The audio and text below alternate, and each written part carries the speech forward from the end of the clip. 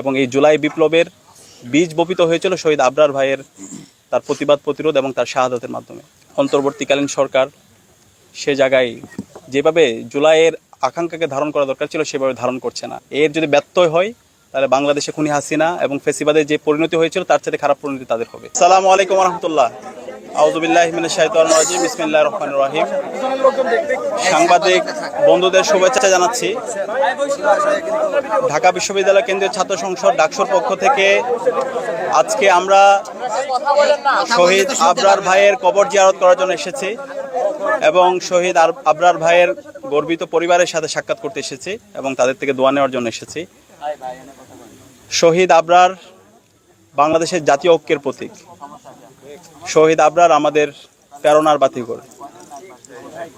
আধিপত্যবাদের বিরুদ্ধে, আগ্রাসনের বিরুদ্ধে কথা বলার কারণে খুনি হাসিনা এবং তার দোসররা নিষিদ্ধ ঘোষিত ছাত্রলীগ শহীদ আবরার ভাইকে নির্মমভাবে সারা রাত নির্যাতন করে আমাদের ভাইকে শহীদ করেছিল। শহীদ আবরার ভাই আমাদেরকে যে রাস্তা দেখিয়েছে সেই রাস্তার উপর ভিত্তি করে জুলাইয়ে বিপ্লব হয়েছে। জুলাইয়ের যত শহীদ আছে, শহীদ আবু সাইদ, শহীদ ওয়াসিম, শহীদ শান্ত, শহীদ আলী রায়হান, শহীদ আব্দুল আল তাহির থেকে শুরু করে 2000 যে শহীদ হয়েছে প্রত্যেকেই শহীদ আবরার যে চেতনা, যে আকাঙ্ক্ষা লালন করতো, প্রত্যেকে একই আকাঙ্ক্ষা লালন করতো। এবং 40,000 যে গাজী হয়েছে প্রত্যেকের একই আকাঙ্ক্ষা। শহীদ আবরার যে আধিপত্যবাদের বিরুদ্ধে, আগ্রাসনের বিরুদ্ধে যে ভয়েস, যে প্রতিবাদ আমাদেরকে দেখিয়ে গিয়েছেন, এর উপর ভিত্তি করে বাংলাদেশের প্রতিটি ক্যাম্পাসে ক্যাম্পাসে এবং সারা দেশে একটি গণজাগরণ তৈরি হয়েছে। এবং এই জুলাই বিপ্লবের বীজ বপিত হয়েছিল শহীদ আবরার ভাইয়ের তার প্রতিবাদ প্রতিরোধ এবং তার শাহাদাতের মাধ্যমে। আপনারা জানেন গত 16 বছরে বাংলাদেশে ফেসিবাদী শাসন ব্যবস্থা জারি ছিল। বাংলাদেশের প্রতিটি ক্যাম্পাসে ক্যাম্পাসে ছাত্রলীগের সন্ত্রাসীরা গণরম গ্যাস্ট্রুম কালচার এবং শিক্ষার্থীদের উপর নিপীড়নের মাধ্যমে তাদের শব্দের অধিকারকে কেড়ে নিয়েছিল। এবং আধিপত্যবাদের বিরুদ্ধে, আগ্রাসনের বিরুদ্ধে যারাই কথা বলেছেন তাদেরকে বিভিন্নভাবে ট্যাগিং করে, ফ্রেমিং করে তাদেরকে হত্যা করা বৈধ ছিল। এবং পুরো বাংলাদেশটা ছিল ভারতের সাপ্লেট কলোনি। ভারতের প্রেসক্রিপশনে এখানকার সব কিছুই নির্ধারিত হতো। আমাদেরকে অর্থনৈতিক শোষণ, রাজনৈতিক নিপীড়ন এবং সাংস্কৃতিক গোলামির মাধ্যমে আমাদেরকে যেতে হয়েছিল। সেই সময়ে শহীদ আবরার সকল শোষণের বিরুদ্ধে, সকল আগ্রাসনের বিরুদ্ধে, সকল আধিপত্যবাদের বিরুদ্ধে এবং ছাত্রলীগের সন্ত্রাসীদের নির্মম নির্যাতনের বিরুদ্ধে আবরার ফাহাদ দাঁড়িয়ে গিয়েছিল এবং কথা বলেছিল এবং পুরো জাতিকে ঐক্যবদ্ধ করেছিল। তা আবরার ফাহাদকে আমরা শ্রদ্ধার সাথে স্মরণ করছি।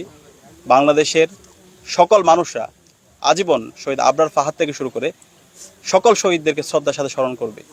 এবং আবরার ফাহাদ থেকে শুরু করে যত শহীদ হয়েছেন এবং সকল শহীদ পরিবার আমরা সবসময় আমাদের দোয়ার মধ্যে, আমাদের মোনাজাতের মধ্যে আমরা সবসময় রাখছি।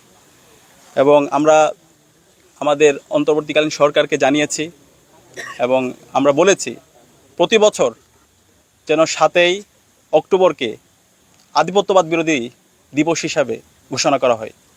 এবং আমরা আশা রাখব বাংলাদেশের অন্তর্বর্তীকালীন সরকার এবং বিশ্ববিদ্যালয়ের প্রশাসন সারা দেশে প্রতিটি ক্যাম্পাসে 7ই অক্টোবরকে আগ্রাসন বিরোধী অথবা আধিপত্যবাদ বিরোধী দিবস হিসেবে যেন ঘোষণা করে। এবং ডাকসুর পক্ষ থেকে আমরা এই দিনটিকে আগ্রাসন বিরোধী দিবস হিসেবে আমরা ঘোষণা করব।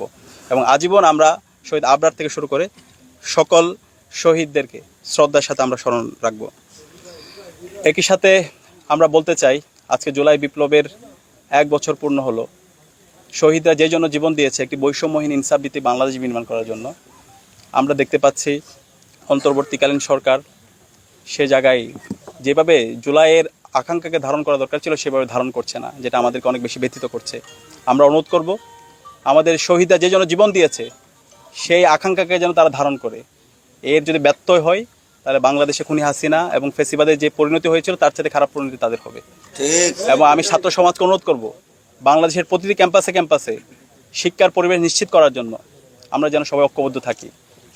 খুনি হাসিনা এবং তার দোসররা, ছাত্রলীগের সন্ত্রাসীরা যেভাবে শিক্ষার পরিবেশ নষ্ট করেছিল, প্রতি ক্যাম্পাসে ক্যাম্পাসে তারা যে গণরম গ্যাস্ট্রুম কালচার তৈরি করার মাধ্যমে শিক্ষার্থীদের উপর নিপীড়ন করেছিল, সেই কালচার যেন আর কোনোভাবে না ফিরতে পারে সেই জন্য আমাদের ঐক্যবদ্ধ থাকতে হবে। অন্যায়ের বিরুদ্ধে শহীদ আবরার, শহীদ আবু সাইদ, শহীদ ওয়াসিম, শহীদ শান্ত, শহীদ আব্দুল তাহিরা যেভাবে প্রতিবাদ করেছিল আমরা যেন এভাবে আমাদের প্রতিবাদ প্রতিরোধ জারি রাখি এবং আমরা যেন ঐক্যবদ্ধভাবে আমরা আমাদের লড়াই সংগ্রাম জারি রাখি।